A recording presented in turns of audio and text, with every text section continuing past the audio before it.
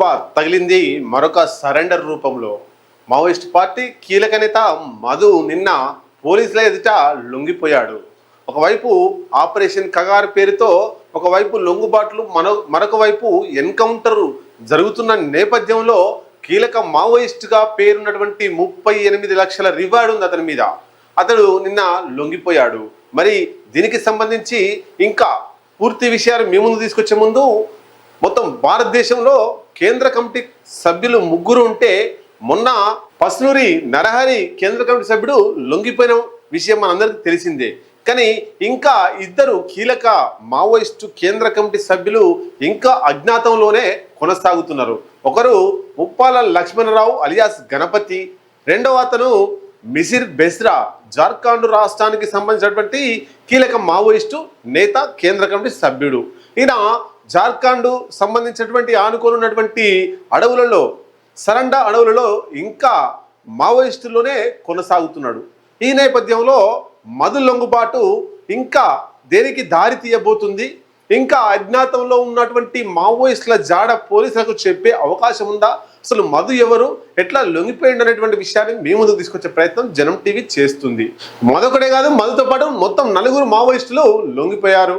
మహారాష్ట్ర ఛత్తీస్గఢ్ సరిహద్దుల్లో ఉండేటువంటి గడ్చిరోలి మావోయిస్టు రహిత ప్రాంతంగా పోలీసులు ప్రకటించారు.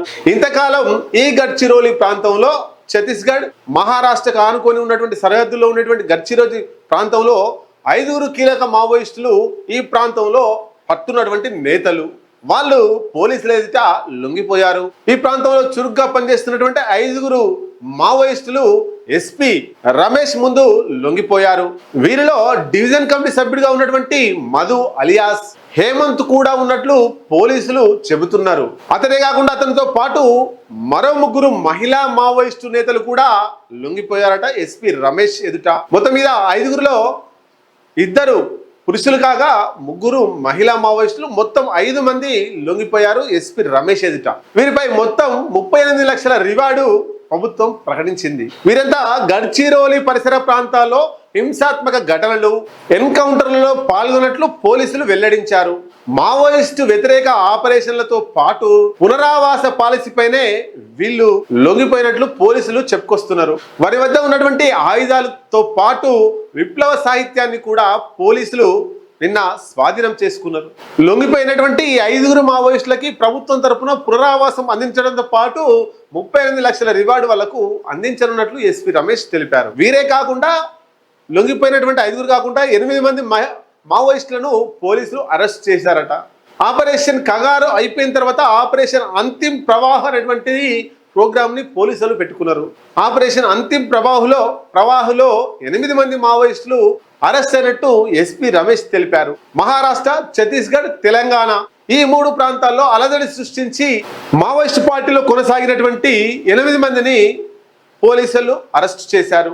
దీనిలో గడ్చిరోలి పోలీసులతో పాటు సిఆర్పిఎఫ్ బలగాలు కూడా ఈ అరెస్ట్ కార్యక్రమంలో పాల్గొన్నారు. ఈ లొంగిపోయినటువంటి 8 మందిలో వీరిలో 2 డివిజన్ కమిటీ సభ్యులు, 2 ప్లాటూన్ పార్టీ కమిటీ సభ్యులు ఎస్పీ వివరించారు. ఫిబ్రవరి 7న జరిగినటువంటి ఎన్కౌంటర్లో పాల్గొన్న చాలా మంది మావోయిస్టులు దీంట్లో లొంగిపోయినట్టు సమాచారం. మొత్తం మీద ఈ 8 మంది పైన మహారాష్ట్రలో 64 లక్షల నజరానా ప్రభుత్వం ప్రకటించింది. ఈ అరెస్టు సమయంలో భారీగా ఆయుధాలు, మందుగుండి సామాగ్రి, విప్లవ సాహిత్యంతో అన్ని కూడా పోలీసులు స్వాధీనం చేసుకున్నారు. ఈ 8 మంది అరెస్టులతో ఎస్పీ చెప్తున్నటువంటి మాట ఏంటంటే ఆ ప్రాంతంలో గడ్చిరోలి ప్రాంతంలో ఇక మావోయిస్టులు ఎవరు లేరు అనేటువంటిది ఆ జిల్లాకు సంబంధించినటువంటి ఎస్పీ రమేష్ చెప్తున్నాడు. చూద్దాం, మావోయిస్టు పార్టీ ఒకవైపు ఎన్కౌంటర్లు, ఒకవైపు లొంగుబాట్లతో వెళ్తుంటే రాబోయే కాలంలో మావోయిస్టు పార్టీ ఎలా ముందుకు పోతుంది, అంతరించిపోతుందా చూడాల్సిందే. మావోయిస్టు